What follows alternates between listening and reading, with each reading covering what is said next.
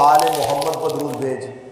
फिर हम दरूद भेजते हैं इब्राहीम अलैहिस्सलाम पर और औलाद इब्राहीम पर। अब दो घराने ऐसे हैं जिन पर नमाज में दरूद भेजते हैं। मैं आज आपको ये चीज़ समझाना चाहता हूँ कि ज़हन में बिठा लें कि जिन पर दरूद भेजा जाता है, जिन पर नमाज में दरूद भेजा जाता है और बाकायदा नाम लेकर दरूद भेजा जाता है, ज़रा गौर करें कि जिनका नाम लेकर हम उन पर दरूद भेजते हैं, यानी जब तक उनका नाम अपनी इबादत में शामिल ना करें हमारी नमाज मुकम्मल नहीं होती। जिनका नाम लेने से हमारी इबादत, हमारी नमाज कबूल होती है, उनकी अपनी इबादत का आलम क्या होगा। और फिर जब आप नमाज में दरूद भेजते हैं, याद रख लें, एक तो है हजूर सल्लल्लाहु अलैहि वसल्लम पर दरूद और आले मोहम्मद पर, यानी क़यामत तक आने वाला आखिरी सैयद आले मोहम्मद में कलमा पढ़ने वाला हजूर का ग़ुलाम, हजूर की आल में से आखिरी सैयद जो है, याद रख लें हम एक को भी नमाज में निकाल नहीं सकते मर्जी से, बल्कि नीयत ये करनी चाहिए कि जब दरूद भेज रहे हो कि या अल्लाह तेरे नबी की औलाद में से जितने सैयद हैं, जितने सैयद रूए ज़मीन पर, हम सब पर दरूद भेज रहे हैं। अब हज़रत अली और फातिमा और हसन और हुसैन से लेकर आखिर तक औलाद मोहम्मद में से जितने सैयद हैं सब पर दरूद भेजते हैं। ये बात ज़हन में रहे कि नमाज में जहां आले मोहम्मद पर दरूद भेजते हैं, उसी तरह आले इब्राहीम पर दरूद भेजते हैं। और वो आले इब्राहीम में इस्माईल अलैहिस्सलाम से लेकर जनाबे अब्दुल्ला तक जितने मुस्तफ़ा करीम सल्लल्लाहु अलैहि वसल्लम के दादकों में से और आले इब्राहीम में है, याद रख लें, सब पर नमाज में हम दरूद व सलाम भेजते हैं। और उनमें इसमें कोई शक नहीं कि हज़रत अब्दुल्ला औलाद इब्राहीम में हैं। अब बोलिए, हज़रत अब्दुल्ला आका पाक के वालिद मोहतरम औलाद इब्राहीम में हैं और नमाज में हम उन पर दरूद भेजते हैं, उन पर दरूद भेजते हैं। इसलिए कि याद रख लें, सैयद सारे गुमराह कभी नहीं होंगे। इब्राहीम अलैहिस्सलाम ने जहाँ दुआ फरमाई थी, खाना काबा बनाया और वहाँ 13 दुआएं आपने फरमाई, और उनमें से एक दुआ ये है जो आप नमाज में पढ़ते हैं, और वो क्या है, रब्बिजअलनी मुकीमस्सलाति व मिन ज़ुर्रियती, कि ऐ हमारे रब, इब्राहीम अलैहिस्सलाम ने अर्ज़ की, मौला मुझे नमाज का कायम करने वाला बनाओ, और वह मिन ज़ुर्रियती, और मेरी औलाद को भी नमाजी बनाओ, मेरी औलाद में से भी नमाजी हों। मालूम हुआ आले इब्राहीम सारे कभी भी गुमराह नहीं होंगे। याद रख लें, आले इब्राहीम में पक्के मोमिन रहेंगे, ईमान वाले रहेंगे, और उम्मत मुस्लिमा उन पर दरूद भेजती रहेगी। मैंने तमहीद के तौर पर यह आपके सामने इसलिए रखा है कि आज ज़रूरी है 12 रबीउल अव्वल को, मेरी बात सुनिए, सबसे ज़्यादा खुशी खुद आका पाक की अम्मा हजूर हज़रत आमना को हुई। जब गोद में हज़रत मोहम्मद मुस्तफ़ा सल्लल्लाहु अलैहि वसल्लम तशरीफ़ ले आए तो मेरे वाल देखे ईमान ताज़ा होगा। हज़रत आमना ने देखा, कुतुब सीरत और तवारीख़ में है कि बेटा बड़ा खूबसूरत है, पेशानी बड़ी खूबसूरत है। ये पेशानी वो है ना, मेरी बात सुने, नूरे मुस्तफ़ा, नूरे, वो याद रख ले। आदम अलैहिस्सलाम को रब ने बनाया, आदम अलैहिस्सलाम का कालब बनाया ना, कालब जिस्म जो हमारा बना हुआ है, और ये बनाने लगे ना फरिश्ते, हुक्म हुआ अल्लाह की तरफ से फरिश्तों को, क्या फरिश्तों आदम अलैहिस्सलाम का कालब बनाओ, जिस्म बनाओ। तो आगे फरिश्तों ने अर्ज की, मौला आदम को बना रहे हैं, पहले कोई आदमी तो है नहीं कि हम उसको देखकर बनाएं, पहला शख्स, पहली हस्ती आदम है जिनको हुक्म हो रहा है कि कालब बनाएं, जिस्म बनाएं, तो मौला कैसे बनाएं? भाई मेरी बात सुने, आपसे कहा जाए कि फलां चीज़ की आप तस्वीर बनाएं, पिक्चर बनाएं, तो भाई तस्वीर तब बनाएंगे पहले कोई नमूना मौजूद होगा। तो फरिश्तों ने अर्ज की, मौला पहले कोई नमूना तो हमारे पास मौजूद नहीं है, हम कैसे बनाए आदम अलैहिस्सलाम का कालब कि उनकी 2 आंखें हों, 2 हाथ हों, 2 कान हो, नाक हो, मुंह हो, उनका सर हो। फरमाया कैसे बनाए? रब्बे कायनात जल्ल मजदहू ने फरमाया, ऐ फरिश्तों मुझे देखते जाओ, आदम बनाते जाओ, मुझे देखते जाओ, आदम सफीहुल्लाह बनाते चले जाओ। याद रख ले, वो कालब बन गया, जिस्म बन गया। फिर रब्बे कायनात ने फिर रूह को डाला। जरा गौर कीजिए, वो जो आप सुनते रहते हैं कि अल्लाह ने फरमाया फरिश्तों को कि सारे फरिश्ते आदम को सजदा करो, आदम को सजदा करो। जब कालब बनाया तब ये नहीं फरमाया कि सजदा करो, जब रूह डाली तब नहीं फरमाया कि सजदा करो। जिस्म भी बना दिया, कालब भी बना दिया, रूह भी डाल दी, लेकिन सजदे का हुक्म नहीं हुआ। अरे सजदे का हुक्म तब हुआ जब हजरत मोहम्मद मुस्तफ़ा सल्लल्लाहु अलैहि वसल्लम का नूर हजरत आदम की पेशानी में मुंतकिल हुआ। जब नूरे मोहम्मद मुंतकिल हुआ तो फिर हुक्म हुआ कि अब मेरे आदम को सजदा करो, मेरे आदम को सजदा करो। सवाल ये पैदा होता है, अगर आदम को सजदा था तो भाई अकल ये कहती है कि जब काला बनाया, जिस्म बनाया, रूह डाल दी, तब हुक्म होता सजदा करें। लेकिन जब तक नूरे मोहम्मद मुंतकिल ना किया तब तक सजदा ना करवाया। जब नूरे मोहम्मद मुंतकिल हुआ, हुक्म हुआ आदम को सजदा करो। मालूम हुआ बज़ैर जिस्म तो आदम का था, हकीकत में सजदा मोहम्मद मुस्तफ़ा को था, मोहम्मद मुस्तफ़ा को। और याद रख लें, और यही वजह है, याद रख लें, बाद में हज़रत इब्राहीम अलैहिस्सलाम में वो जो नूर मुंतकिल हुआ, वो जो आग जलाई गई थी, याद रख लें। और आप मुस्कुराते हुए आग में जा रहे हैं, भाई आग सामने नजर आ रही हो। अभी हमने देखा है हफीज सेंटर में, लाहौर में आग लगी तो कैसे लोग जो है वो चीखें मार रहे थे, मौत नजर आती है इंसान को।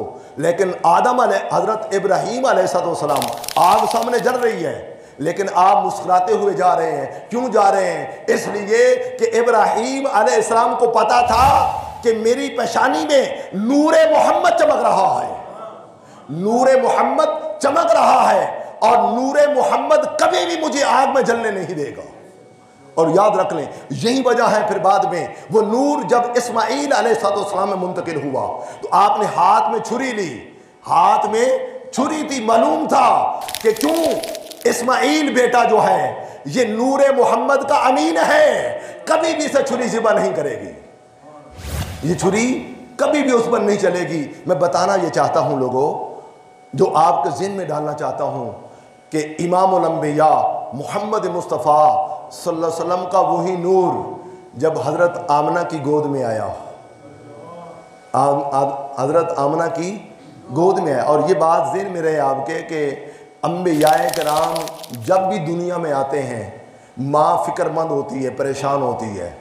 आपने सुन रखा है मूसा अलैहिस्सलाम के बारे में, जब मूसा अलैहिस्सलाम आपकी गोद में आए तो फ़िरौन था ना, 1000 बच्चे ज़िबा किए थे, 1000 बच्चे कत्ल किए थे। तो हज़रत मूसा अलैहिस्सलाम की अम्मा जो है वो रोने लगी, फ़िक्रमंद होगी, परेशान होगी। फ़िरौन पुलिस आएगी, फ़ौज आएगी, पकड़ कर ले जाएगी, मेरे मूसा को ज़िबा कर देंगे। अल्लाह ने फरमाया मूसा अलैहिस्सलाम की अम्मा परेशान ना हो, फरमाया बेटा तेरा है, कलीमुल्लाह मेरा है, बेटा तेरा है, कलीम मेरा है। फरमाया संदूक में बंद कर, दरियाए नील की मौजों के हवाले कर दे। फरमाया ये अमानत है, संदूक में रहेगी। फरमाया तेरा दूध पी के चला है, वापस तेरा ही पिलाऊंगा। और यही आलम इस हजरत इब्राहीम अलैहिस्सलाम गार में पैदा हुए, याद रख ले, एक गार थी, गार में जाकर जन्म लिया। और जब परेशान हो गई अम्मा हजूर हजरत इब्राहीम अलैहिस्सलाम की वालदा मोहतरमा परेशान होगी, मौला अब बेटा तो दे दिया है लेकिन नमरूद की फ़ौज आएगी, पुलिस आएगी, पकड़ कर ले जाएगी, ज़िबा कर देगी, और मेरा ये लख्ते जिगर है बड़ा खूबसूरत है। अब जब फ़िक्रमंद हुई, परेशान हुई, तस्वुरात की दुनिया में गुम हुई, रब ने फरमाया ऐ उम्मे इब्राहीम परेशान ना हो, बेटा तेरा है, खलील मेरा है, बेटा तेरा है, खलील मेरा है। फरमाया यहाँ गार के मुंह के आगे पत्थर दे दे, अब ये जाने और इसका खुदा जाने। मैं बताना चाहता हूँ यही आलम जनाब ईसा पैगम्बर जब माँ की गोद में आते हैं मरियम सलामुल्लाह अलैहा, और आपने पराए सारे इकट्ठे हो गए, उन्होंने कहा मरियम तुम्हारे तकवा की, तुम्हारी तारत की, पगीजगी की लोगों को मिसालें देते थे कि मरियम सलामुल्लाह अलैहा कितनी तहारत वाली है। और दुनिया जहान की औरतें अपनी बच्चियों को मिसालें देती थी, मरियम तूने क्या कर दिया, तेरी शादी नहीं हुई, ये बच्चा कहाँ से लेकर आई है। और आपने फरमाया मौला इससे कबल के ये जो बातें कर रहे हैं ना लोग दुनिया वाले, फरमाया इससे कबल के मरियम मर जाती। इतनी दुखी हुई, जब दुखी हुई परेशान हुई तो रब ने फरमाया ऐ मरियम परेशान ना हो, फ़अशारत इलैहि, इस ईसा पैगंबर की तरफ इशारा कर देना, ये जाने और वो जाने। जब सारे इकट्ठे हो गए कहा कि मरियम ये बच्चा कहाँ से लाई हैं, फ़अशारत इलैहि, आपने इशारा किया इससे पूछो ये कहाँ से आया है। जब वो करीब गए तो उन्होंने कहा कि मरियम हमसे मजाक कर रही है। कालू कैफा नुकल्लिमु मन कान फिल मादे सबीया, जो अभी सबी है, बच्चा है, और ये बच्चा कैसे बात करेगा, हमसे कलाम कैसे करेगा, हमसे मजाक कर रही है। आपने फरमाया करीब जाना तुम्हारा काम है, बुलाना रब का काम है। जब करीब गए और जाकर पूछा कि बच्चे कहाँ से आए हैं, अब मरियम सलामुल्लाह अलैहा ने फरमाया बेटे देख तेरी माँ पर इल्ज़ाम लगाया है, तू बोलेगा तो माँ पर इल्ज़ाम ख़त्म हो जाएगा। अब कुरान कहता है कि बोले काला इन्नी अब्दुल्लाह आतानियल किताब वजअलनी नबिय्या, और मैं लोगों खबरदार मेरी माँ पर उंगली ना उठाओ, इन्नी अब्दुल्लाह मैं अल्लाह का बंदा हूँ, आतानियल किताब रब ने मुझे किताब इंजील अता फरमाई है, वजअलनी नबिय्या और मैं नबी बनकर आया हूँ। जाला फिल माजी है, जाला फिल माजी है, ये नहीं फरमाया मैं नबी बनूंगा, ये नहीं कहा मैं नबी बनूंगा, वजअलनी नबिय्या मैं माँ की गोद में नबी बनकर आया हूं। तो रब ने फरमाया मरियम परेशान, अब ये तसव्वुरात की दुनिया में मेरे और आपके आका की अम्मा हजूर हजरत आमना भी गुम हो गई और सोचने लगी सर पर बाप का साया नहीं है, दुरे यतीम है, अब बच्चा बड़ा होगा खिलौने कौन ला कर देगा, उंगली पकड़ कर जाकर इसे सैर कौन कराएगा। रब ने फरमाया मरियम आज के दिन तो मैंने आमना आज के दिन मैंने किसी को परेशान होने नहीं दिया है। याद रख लें आज 12 रबीउल अव्वल है, आज के दिन रब ने किसी को दुखी होने ही नहीं दिया। जिसके यहाँ बेटी पैदा होती वो दुखी हो जाता, रब ने उस दुख को ख़त्म करने के लिए कायनात में बेटे बांटे, कायनात में बेटे बांटे और पूरी कायनात को सरसब्ज़ व शदाब कर दिया। यहाँ तक कि कुतुब में आता है कि रब ने इज़राइल को बुलाया, फरमाया इज़राइल आज किसी की रूह कब्ज़ नहीं करनी, आज किसी की रूह कब्ज़, फरमाया तू किसी को मारेगा रूह कब्ज़ करेगा, घर में रोना पीटना होगा। आज मैं चाहता हूँ 12 रबीउल अव्वल को हर तरफ जश्न का समा हो, हर तरफ जश्न का समा हो। फरमाया वही आमना सलामुल्लाह अलैहा आप अम्मा हजूर से कहा, फरमाया आज फिक्रमंद ना हो, फरमाया ये बेटा तेरा है महबूब अल्लाह का है, बेटा तेरा है महबूब मेरा है। फरमाया कोई बात नहीं, जब खिलौनों की बारी आएगी चांद को खिलौना बना दूंगा उससे खेलता रहेगा। और हज़रत अब्बास बिन अब्दुल मुत्तलिब आका पाक के चचा खुद इस बात के गवाह हैं। वो अर्ज करते हैं या रसूल अल्लाह मैंने बचपन में देखा है आपका आलम कि जब बचपन में आप झूले में होते थे, पंगूड़े में होते, और या रसूल अल्लाह आप उंगली उठाते, जिस तरफ आपकी उंगली का इशारा होता उधर जाना चांद जाता, उधर चांद। हजूर के चचा अब्बास बिन अब्दुल मुत्तलिब रज़ी अल्लाह ताला अन्हु वो खुद गवाह हैं। उन्होंने कहा या रसूल अल्लाह आका बचपन की बातें मुझे भी तक याद हैं आपकी, और इसलिए आला हज़रत फादिल बरेलवी ने इसका तर्जुमा किया है चांद झुक जाता जिधर उंगली उठाते माद में। आला हज़रत फादिल बरेलवी इमाम इश्क मोहब्बत कहते हैं चांद झुक जाता जिधर उंगली उठाते बाद में, क्या ही चलता था इशारों पे खिलौना नूर का। और मुस्तफ़ा करीम सल्लल्लाहु झूले में होते, जिस तरफ उंगली उठाते चांद से खेलते थे। और रब ने फरमाया आमना परेशान ना हो, जब सैर करने की बारी आएगी मेराज की रात, ये शब असरा का दूल्हा होगा, सुबहानल्लज़ी असरा बिअब्दिही लैला मिनल मस्जिदिल हराम इलल मस्जिदिल अक़सा। फरमाया तेरे प्यारे बेटे को मैं ज़मीन की भी सैर करा दूंगा, आसमानों की भी सैर करा दूंगा, जन्नत की भी सैर करा दूंगा, अर्श मुअल्ला की भी सैर करा दूंगा। और हज़रत आमना रज़ी अल्लाह ताला अन्हा, मैं इसलिए बार बार आपका ज़िक्र खैर कर रहा हूँ, तो उसका इसलिए कर रहा हूँ कि आपकी हस्ती वो है, याद रख लें। सब मैं मदीना मुनव्वरा में था, एक बुज़ुर्ग अल्लाह के बंदे आए, वो बैठ गए आकर, तो एक बंदा ज़ारो कतार रो रहा है, मुसलसल रोई जा रहा है। तो मैंने पूछा कि सैयद बादशाह ने उन्हें हाथ पकड़ा और बाहर लेकर गए। फरमाया क्यों रो रहे हो मुसलसल, आंसू नहीं थमते तुम्हारे? उसने कहा लाखों मरतबा दरूद पड़ा है, लेकिन दिल में एक तरफ है, रब ने हर नेमत अता फरमाई है, लेकिन दिल में शौक़ है कि हजूर की ज़ियारत हो जाए, आका का बदोहा वाला चेहरा हो, वल्लैल की जुल्फ़ें हों। फरमाया हजूर की ज़ियारत हो जाए, इसलिए दुरूद सलाम पढ़ रहा हूँ, रो रहा हूँ। सैयद बादशाह ने हाथ पकड़ा, फरमाया आ चल हम हजूर की ज़ियारत कराते हैं। कहा अब हजूर सल्लल्लाहु अलैहि वसल्लम की अम्मा हजूर की कब्र अनवर पर तशरीफ़ ले गए और अम्मा हजूर हज़रत आमना की कब्र अनवर पर पाँव की तरफ बैठकर फातिहा खानी की, अब सवाब का तोहफ़ा पेश किया। उसके बाद फरमाया अब अम्मा जी की बारगाह में इस्तिग़ासा कर, दरख्वास्त कर कि अम्मा आमना आप तो वालिदा हैं, अम्मा हैं, और आपका लाडला बेटा है मोहम्मद मुस्तफ़ा सल्लल्लाहु अलैहि वसल्लम। माँ बेटे को हुक्म कर सकती है, हजूर आप अपने बेटे हज़रत मोहम्मद मुस्तफ़ा मेरी सिफारिश करें कि आपका बेटा मुझे अपनी ज़ियारत करा दे। बस इस्तिग़ासा किया, उसी आलम में ऊँग आ गई, आंखें, दिल की आंखें बंद हुई, सर की आंखें बंद हुई, दिल की आंखें खुल गई और उसी हालत में ऊँग आ गई, नींद आ गई। नींद में सरकारे दो आलम नूरे मुजस्सम सल्लल्लाहु अलैहि वसल्लम मुस्कुराते हुए आए और फूल क्या झड़े। फरमाया ऐ मेरे उम्मती, तूने इतनी बड़ी सिफारिश कराई है, इतनी बड़ी सिफारिश कराई है, अल्लाह अकबर।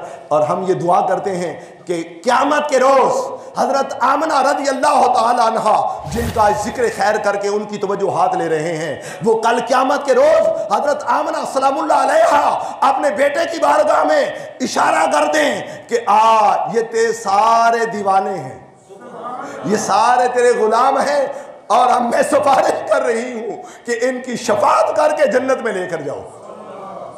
और हज़रत आमना सलामुल्लाह अलैहा वो हैं, याद रख लें, कभी भी आपने ज़िंदगी में बुत को सजदा नहीं किया। मेरी बात समझ आ रही है आपको?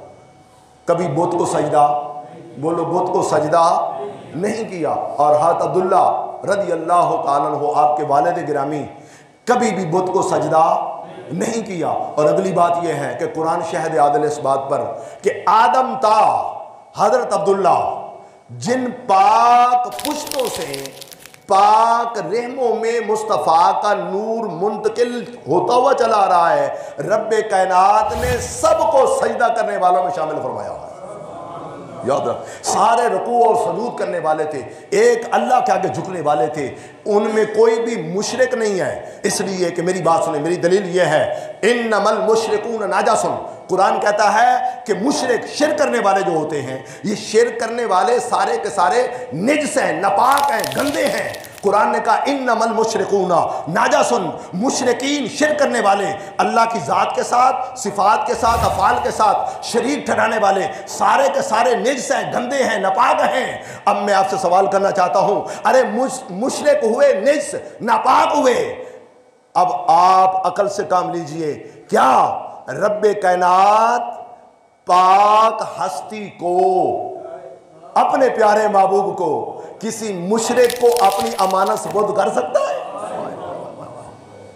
भाई आप किसी गंदे बर्तन में खाना पसंद करें तो जवाब होगा कभी आप गंदे बर्तन में आप खाना पसंद नहीं करेंगे, गंदे बर्तन में पानी पीना पसंद नहीं करेंगे, गंदे मकान में रहना पसंद नहीं करेंगे।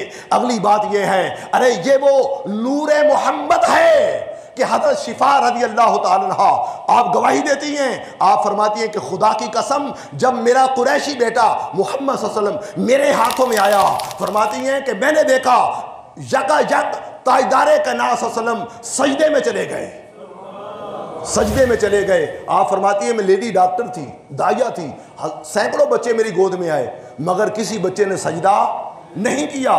ये एक मुनफरिद बच्चा था, फरमाया कि जो ही मेरे हाथों में आया सजदे में चला गया। मैं अब सवाल करता हूँ आपसे, मुझे बताइए कि क्या बेवुजू सजदा करना जायज़ है? जायज़? मेरी बात सुनिए, अगर पहली सफ में भी खड़ा हो, जुमातुल मुबारक मस्जिद भरी हो, आखिरी आप पहली सफ में बंदा खड़ा है, फतावा आलमगीरी के अंदर 500 उलमा का फतवा है, पहली सब में खड़े हो बंदे का वुजू टूट जाए, हुक्म है नाक पर हाथ रखे, उसी वक्त बाहर जाए, उसी वक्त बाहर जाए। बेवुजू रब को सजदा करना याद रख लें, ये इबादत की तौहीन है, बेअदबी है। इसलिए बगैर तहारत के अल्लाह सजदा इबादत कबूल नहीं करता। अब मानना पड़ेगा कि इमामुल अंबिया मोहम्मद मुस्तफ़ा सल्लल्लाहु अलैहि वसल्लम जब सजदा फरमाया तो इस बात का सबूत है कि मेरा आका पाक पैदा हुआ है। मोहम्मद मुस्तफ़ा सल्लल्लाहु अलैहि वसल्लम पाक पैदा हुए, यही वजह है कि आप सजदे में गए थे, सजदे में गए। और फिर हज़रत शिफा फरमाती हैं कि ताजदार कायनात सल्लल्लाहु अलैहि वसल्लम फरमाती हैं कि मुस्तफ़ा करीम सल्लल्लाहु अलैहि वसल्लम को मेरा दिल चाहा मैं गुस्ल दूँ। बच्चे पैदा होते हैं ना तो नीम गर्म पानी से गुस्ल ले जाता है, फिर आप कानों में अजान पढ़ते हैं। फरमाती हैं कि आका दो जहां सल्लल्लाहु अलैहि वसल्लम का जिस्म अक़दस शीशे की तरह चमक रहा। और आप फरमाती हैं कि सैकड़ों बच्चे मेरे हाथों में आए। अब नाड़ा कटते हैं, नाफ काटते हैं और उसी नाफ के ज़रिए इंसान को पेट में खुराक मिलती है, याद रख लें।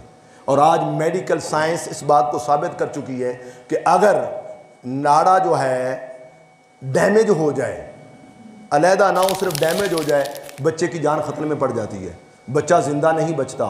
लेकिन मैं आपसे सवाल करना चाहता हूँ, ये जो हज़रत शिफा रज़ी अल्लाह ताला अन्हा फरमाती हैं, आप फरमाती हैं कि हज़ूर सल्लल्लाहु अलैहि वसल्लम नाफ बुरीदा थे, यानी नाड़ा कटा हुआ था। तो सवाल ये है कि मुस्तफ़ा को माँ के पेट में खुराक कहाँ से मिलती थी?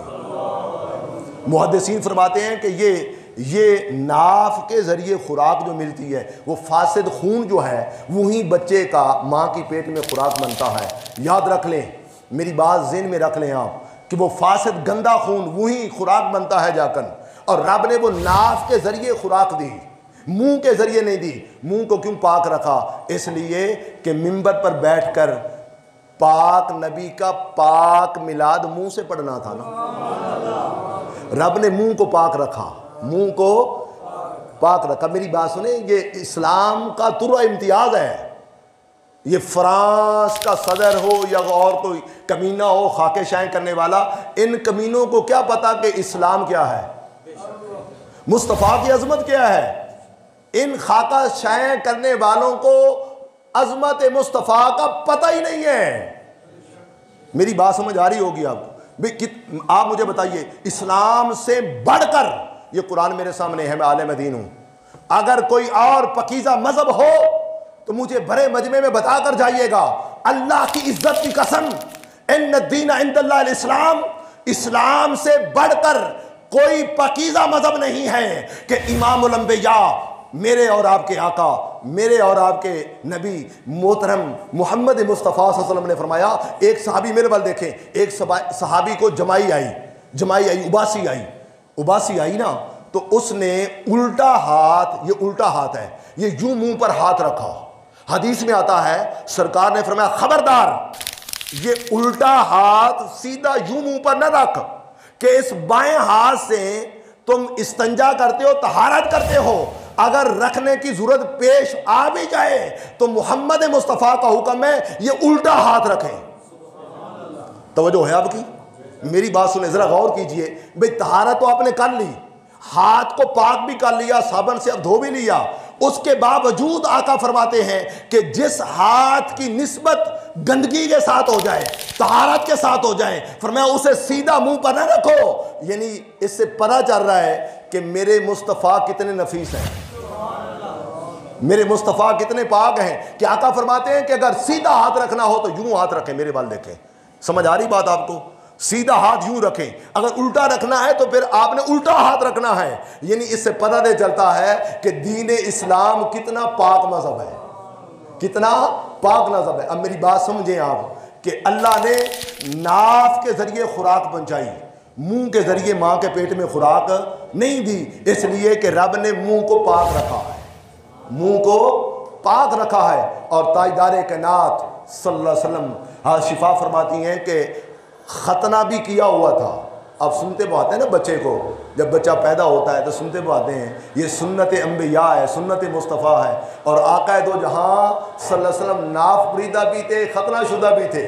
और ये खुद गवाही हज़रत शिफा दे रही हैं। और उसके बाद मैं अम्मा आमना रदी अल्लाह ताला अन्हा की गवाही देता हूँ। हाँ, आमना आपकी अम्मा हजूर फरमाती हैं। फिर ये जो 4 साल का अरसा है हज़रत हलीमा सादिया का, उनकी गोद में मुस्तफ़ा खेलते रहे, उनकी गवाही मोतबर है, अथेंटिक है। और हज़रत हलीमा सादिया आप फरमाती हैं, आमना रदी अल्लाह ताला अन्हा आप फरमाती हैं कि इमामुल अंबिया मोहम्मद मुस्तफ़ा सल्लम 4 साल तक मेरी गोद में रहे। और हलीमा सादिया फरमाती हैं कि कभी भी मेरे कुरैशी बेटे मोहम्मद ने मेरी गोद में पेशाब नहीं किया। तवज्जो है आपकी? कभी भी मेरे कुरैशी बेटे ने मेरी गोद में पेशाब, और फरमाया कभी झूले में होते मुस्तफ़ा तो झूले में ताजदार कायनात सल्लल्लाहु अलैहि वसल्लम ने पेशाब, और मेरे खामिद हारिस की गोद में होते तो कभी हारिस की गोद में पेशाब। फरमाया मेरी बेटी शीमा की गोद में होते कभी पेशाब, अब्दुल्ला की गोद में होते कभी पेशाब नहीं किया। फरमाया हम वक्त मुकर्रा पे उठा कर ले जाते और मैं पर्दे में लेकर जाते, और वहाँ पर खुशबू के सिवा मुझे कुछ मिलता ही नहीं था। खुशबू के सिवा कुछ मिलता, मैं बताना जो चाहता हूँ, अरे कायनात में कोई एक बच्चा मुझे बता दो, फ्रांस के सदर से पूछना चाहता हूँ मैं, अरे खाके शाय करने वाले बदनसीबो, अरे कोई एक हस्ती ऐसी बता दो जिसको बचपन में माँ ने पैम्पर ना इस्तेमाल कराया हो, जिसने माँ और बाप की गोद में पेशाब ना किया हो।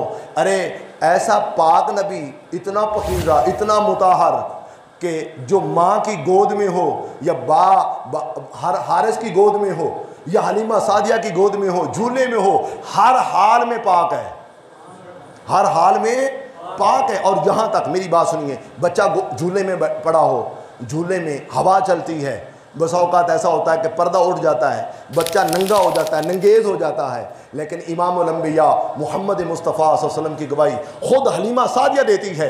आप फरमाती हैं कि जब कभी मैं मसरूफ़ होती काम काज के अंदर, घर में 100 काम काज होते हैं औरतों को, आप फरमाती हैं कि जब कभी कपड़ा उठने लगता, फरमाते हैं गैब से हाथ आता, मोहम्मद मुस्तफ़ा को ढांप देता, इसलिए कि ये वो हस्ती थी, ये वो हस्ती है, मेरे और आपके आका वो हैं जो सारी कायनात के ऐबों पर पर्दा डालने के लिए आ रहे थे। अब बात को सुनिए, मेरे आका वो हैं जो सारी कायनात के ऐबों पर पर्दा डालने, मिसाल दे रहा हूँ एक, आका दो जहां सल्लल्लाहु अलैहि वसल्लम ने फरमाया कि जो मेरी उम्मत का मर्दों में से औरत में से जो किसी का ऐब देखे, कोई गुनाह देख ले, अपनी आंखों से देख ले, सरकार ने फरमाया काल नबी सल्लल्लाहु अलैहि वसल्लम मन सतरा मुस्लिमन सतरहुल्लाह यौमल क़ियामा, फरमाया जो मेरी उम्मत में से किसी के ऐब को देखे और ऐब पर पर्दा डाल दे, क़यामत के रोज़ मैं मोहम्मद उसके ऐबों पर पर्दा डलवाऊंगा।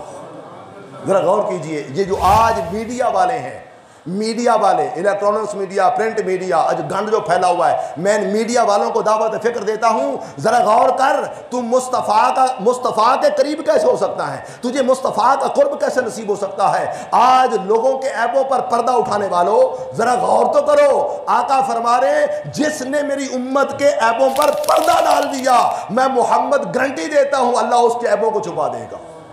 इसलिए कि ये वो आका थे, ये आका दो जहां सल्लम लोगों के ऐबों पर पर्दा डालने आ रहे थे। अगली बात है कि ताजदार कायनात सल्लम खुद पाक पैदा हुए, पाक ही रहे, पाक, इसलिए कि आका वो हैं जो सारी उम्मत को पाक करने के लिए आ रहे थे, सारी उम्मत को पाक करने के लिए आ रहे थे। और मैं दावत फ़िक्र आपको देता हूँ, वो ये है कि ताजदार कायनात सल्लल्लाहु अलैहि वसल्लम की सीरत तैयबा का ये पहलू काबिल गौर है। और आज भी सीरत कॉन्फ्रेंस हुई है और पूरा साल सीरत कॉन्फ्रेंस की तैयारी होती है, और बहुत सी ऐसी तंजीमात हैं जो जश्न ईद मिलादुन्नबी में शामिल नहीं होते, वो सीरतुन्नबी कॉन्फ्रेंस करते हैं। अब मैं आपको दावत फ़िक्र देना चाहता हूँ कि सीरत है क्या, सीरत मुस्तफ़ा है क्या। बहैसियत आलिम दीन अगर सीरतुन्नबी की कोई किताब उठाएं, मैं उसको बताऊंगा, उसके 3 चैप्टर होंगे, 3 अबवाब होंगे, वो सुनिए। पहला बाब फ़ज़ाइल नबवी पर होगा, पहला बाब फ़ज़ाइल नबवी पर होगा, दूसरा बाब शमाइल नबवी पर होगा, तीसरा बाब खसाइल नबी पर मुश्तमिल होगा। ये 3 बाबों से हटकर, 3 अबवाब से हटकर सीरत की किताब लिखी जा सकती ही नहीं है। सीरत की कोई किताब उठाएं, आज तक जिसने भी सीरत नबी पर काम किया उसके 3 चैप्टर हैं, फ़ज़ाइल नबवी, शमैल नबवी, खसैल नबवी। अब सवाल ये पैदा होता है कि सीरत का आगाज़ जो होता है वो किस बात से होता है? सीरत नबी का बाब किस बात से आगाज़ होता है? उसका जवाब यह है कि सीरत नबी का आगाज़ मिलाद नबी से होता है।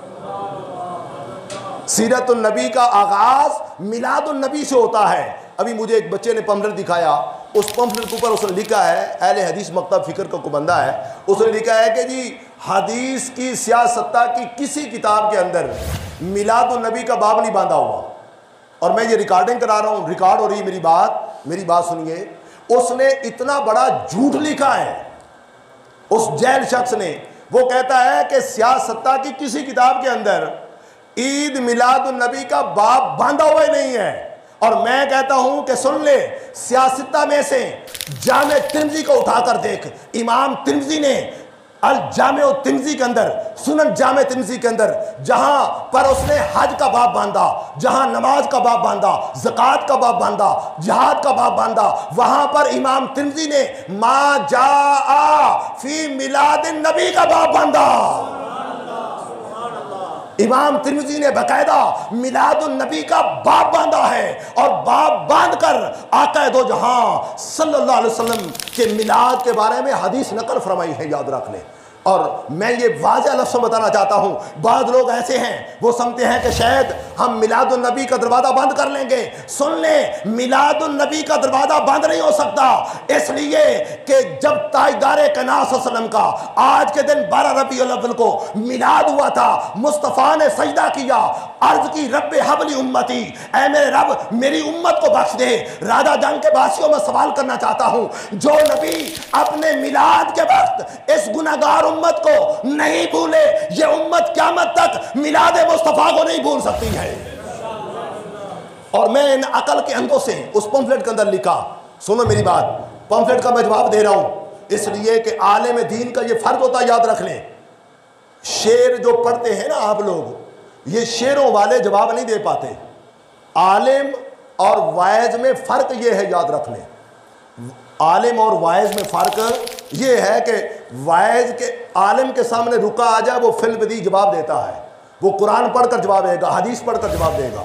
अब मैं सवाल का जवाब दे रहा हूँ। वो कहता है कि जी ये जो आप इतनी बड़ी बड़ी फ्लैशें लगवाते हैं जश्न ईद मिलादुन नबी की, और इतने इतने बैनर लगाते हैं जनाब आली, आप ये बताएं कि क्या सहाबा कराम ने भी ईद मिलादुन नबी की बड़ी बड़ी फ्लैशें लगवाई हैं, बड़े बड़े बैनर लगवाए हैं? और जिस तरह आप देगे पकाते हैं और इस तरह क्या सहाबा ने भी देगे पकाई हैं? तो मेरा जवाब यह है कि अकल के अंधे और नाम निहाद स्कॉलर तुझे जवाब दे रहा हूं, आप सब फैसला करें, मेरी बात सुने। सहाबा इकराम के सामने जब अमीर हमजा रज़ी अल्लाह ताला अन्हो का जस्ते पाक पड़ा है और सरकार फरमा रहे कफन लेकर आओ अमीर हमजा के लिए, तो एक चादर लाई गई। अगर वो चादर सर पर डालते हैं तो अमीर हमजा के पाँव नंगे हो जाते हैं, अगर पाँव पर डालते हैं तो सर नंगा हो जाता है। तो हदीस में आता है, सरकार ने फरमाया कि अब अमीर हमजा के चेहरा अक़दस पर चादर डाल दो और पाँव की तरफ घास डाल दो। याद रख ले, जब कभी कहीं जंगल के अंदर मैयत को दफन करना है, कपड़ा नहीं है, तो मेरी सरकार ने सुन्नत वज़ा फरमा दी, फरमाया कपड़ा नहीं है तो घास के पत्ते ले लो, दरख्तों के पत्ते ले लो, पत्तों का कफन बनाकर दफन कर दो। सरकार दो आलम नूर मुजस्सम सल्लल्लाहु अलैहि वसल्लम के चचा अमीर हमजा के लिए कफन के लिए मैं सवाल करना चाहता हूँ आपसे, अरे सहाबा के पास अमीर हमजा को कफन देने के लिए कपड़ा ना हो और वहां पर मिलाद के बैनर की डिमांड करना, क्या ये अक्लमंदी है? समझ आ रही मेरी बात? अक्लमंदी नहीं है, ये अकल का यतीमपन है। और जहां सहाबा जिहाद कर रहे हों और एक खजूर का पीस टुकड़े टुकड़े करके सहाबा में तकसीम किया जाए, और जहां गुठली भी फेंके ना, गुठली पानी में डाल दें कि चले कुछ ना कुछ असर तो मिल जाएगा। तवज्जो है अब की? जहां खंदक खोद रहे हो ये आलम हो, जिहाद के आलम में सहाबा इकराम रिज़वानुल्लाह ताला अजमाइन जहाँ खाने के लिए एक खजूर हो मुजाहिदीन के पास, वहाँ देगों की डिमांड करना ये अकल का यतीमपन नहीं तो और क्या है। अगली बात यह है कि मेरी बात सुनिए, सहाबा इकराम रिज़वानुल्लाह ताला अजमाइन, हम तो सिर्फ 12 रबीउल अव्वल को जश्न ईद मिलादुन नबी मनाते हैं। खुदा की कसम मेरे नबी के सहाबा हर घर में रोजाना जश्न ईद मिलादुन नबी मनाते थे। और मैं जवाब दे रहा हूं, अल मौजमुल कबीर उठाकर देख, सरकार दो आलम नूर मुजस्सम सल्लल्लाहु अलैहि वसल्लम अपने घर में हुजरा आयशा सिद्दीका में जलवागर है और सहाबा इकराम मस्जिद नबी शरीफ में बैठे हुए हैं। अल मौजमुल कबीर के अंदर हदीस मौजूद है कि ताजदार कायनात सल्लल्लाहु अलैहि वसल्लम के पास जिब्रील आए, वही लेकर आए। उन्हीं आलम में सरकार उठे और मस्जिद नबी शरीफ में तशरीफ ले गए और सरकार से सहाबा इकराम ने पूछा, फरमाया कि सहाबा क्या कर रहे थे? या रसूल अल्लाह, हम अल्लाह का शुक्र अदा कर रहे थे कि जब आप नहीं तशरीफ़ लाए थे तब हम बुतों के आगे झुकते थे, बुतों को खुदा बनाया हुआ था और हम दिल चाहता कहीं सफ़र में जाते तो अपनी बगल में बुत रख लेते, यानी अपने खुदा को बगल में डाल लेते, उसी को पूछते थे। या रसूल अल्लाह, आप तशरीफ़ ले आए तो अल्हम्दुलिल्लाह अल्लाह ने हमें सिरात मुस्तकीम अता फरमा दिया, ऐसा प्यारा नबी अता फरमा दिया, हमें पकीज़ा खाने को दिया और जो नाजायज़ चीज़ें थी, हराम चीज़ें थी, उनसे मना फरमा दिया। हम अल्लाह का शुक्र अदा कर रहे हैं। अब मेरी बात सुनिए, आप बताइए कि आज सारा दिन आप मिलादुन नबी के माहौल में रहे हैं, मुझे बताएं कि जलसा मिलादुन नबी में होता क्या है? हम सबसे पहले अल्लाह का शुक्र अदा करते हैं। मौला तेरा शुक्र है, तूने अपना प्यारा हबीब मोहम्मद मुस्तफ़ा हमें अता फरमा दिया है। यही मिलादुन नबी है, याद रख ले। और सरकार दो आलम सल्लल्लाहु अलैहि वसल्लम ने बकायदा सहाबा से कहा, फरमाया सहाबा कसम खाओ, मेरे वल तवज्जो करें, अल मौजमुल कबीर के अंदर सरकार ने सहाबा से कहा कसम खाओ, वाकई तुम ये काम कर रहे थे? सहाबा इकराम ने कसम खाई कि हाँ या रसूल अल्लाह, हम कसम खाकर कहते हैं कि हम मिलादुन नबी की खुशी में अल्लाह का शुक्र अदा कर रहे थे। तो सरकार दो आलम नूर मुजस्सम सल्लल्लाहु अलैहि वसल्लम ने फरमाया कि मुझे आपके बात में कोई शक नहीं था, शक की बिना पर कसम ली। फरमाया कसम लेने में राज ये है कि जब मैं अपने घर में हुजरा आयशा सिद्दीका में था तो मेरे पास जिब्रील अमीन अलैहिस्सलाम आए और उन्होंने आकर वही लेकर आए और अल्लाह रब्बुल इज्जत जल्ल मजदहू ने फरमाया कि या रसूल अल्लाह, आपके सहाबा मस्जिद नबी शरीफ में बैठकर अल्लाह का शुक्र अदा कर रहे हैं, आपके आने का जश्न मना रहे हैं। फरमाया मिलादुन नबी की खुशी का इजहार कर रहे हैं। तवज्जो है आपकी? मिलादुन नबी की खुशी का इजहार कर रहे हैं। फरमाया जिब्रील वही लेकर आया और मैं इसलिए उठकर आया हूं। और रब्बे कायनात ने फरमाया है कि महबूब जाओ उन्हें खुशखबरी सुना दे, बैठे फर्श पर हैं, हाजिरी अर्श पर लग रही है। बैठे फर्श पर हैं, हाजिरी अर्श पर लग रही है। मैं ये बताना चाहता हूं, जब असल मौजूद है, याद रख लें, असल मौजूद है कि सहाबा किराम रिज़वानुल्लाह ताला अलैहिम अजमाइन हर घर में महफिल मिलाद होती थी। अल्लाह हमें भी तौफीक अता फरमाए। और मैं बताना चाहता हूं कि सीरत जो है, सीरत जो शुरू होती है, सीरत मिलादुन नबी से शुरू होती है। और मैं ये दावत देना चाहता हूँ, ये जो पंफलेट वाले लोग होते हैं ना, छोटे छोटे किताबें लिख कर जो है ज़हन मुंतशिर करते हैं, मैं उनको दावत देता हूँ। आप नौजवान बैठो, मुझे बताइए कि हर साल 14 अगस्त आती है, 14 अगस्त हर साल आती है। सरकारी इमारत पर झंडे लगाए जाते हैं, लाइटिंग की जाती है और हर साल सरकारी सतह पर हर जगह 14 अगस्त को जश्न आज़ादी मनाई जाती है। मैं सच कह रहा हूँ, जश्न आज़ादी हर साल बिला नागा मनाई जाती है। अब मेरा सवाल यह है कि जश्न आज़ादी जो मनाते हैं, क्या ये मजहबी फेल है या सियासी फेल है?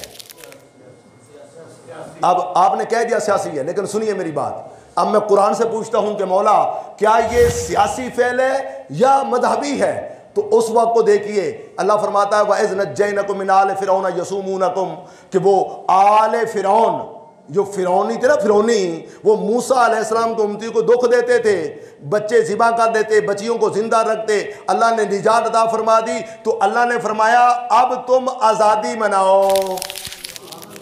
अल्लाह ने फरमाया अब तुम जश्न आज़ादी मनाओ। मैं आपको दावत फ़िक्र देना चाहता हूं कि 14 अगस्त को जश्न आज़ादी मनाना ये सियासी फेल नहीं, ये मजहबी फेल है। इसलिए कि अल्लाह का शुक्र अदा करना। 14 अगस्त को मौला तूने एक आज़ाद ममलिकत अता फरमाई है, अंग्रेज़ों के तसल्लुत से हमें निजात अता फरमाई है।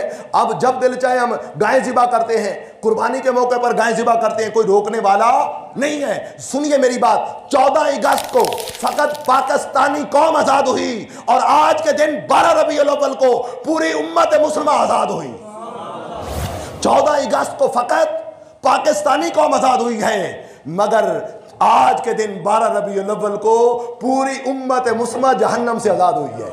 और मेरे आका तो आते ही ताइदारे कायनात सल्लल्लाहु अलैहि वसल्लम ने आप वो गिल पर कदम रखा है तो आज़ादी का काम शुरू फरमा दिया है। आपको मालूम है सही बुखारी किताब उन निकाह के अंदर सुवैबा अबू लाब की लौंडी जो है जब खिदमत कर रही थी, जब जूं ही मुस्तफ़ा करीम सल्लल्लाहु अलैहि वसल्लम जन्म लिया, आका का मिलाद हुआ, तो सुवैबा दौड़ी दौड़ी गई और जाकर अबू लाब से कहा, अबू लाब मुबारक हो तुम्हें, तेरे मरहूम भाई अब्दुल्ला क्या बेटा हुआ है। तो अबू लाब ने इस खुशी में शहादती उंगली से इशारा किया, जा मैं तुम्हें आज़ाद करता हूं। मालूम हुआ मेरे मुस्तफ़ा ने आते ही आज़ादी का काम शुरू फरमा दिया था, आज़ाद कर दिया। और फिर हदीस उठाकर देखें, अब अबू लाब मरने के बाद मुसलसल अज़ाब में गिरफ्तार रहा और कोई सुकून नहीं मिला।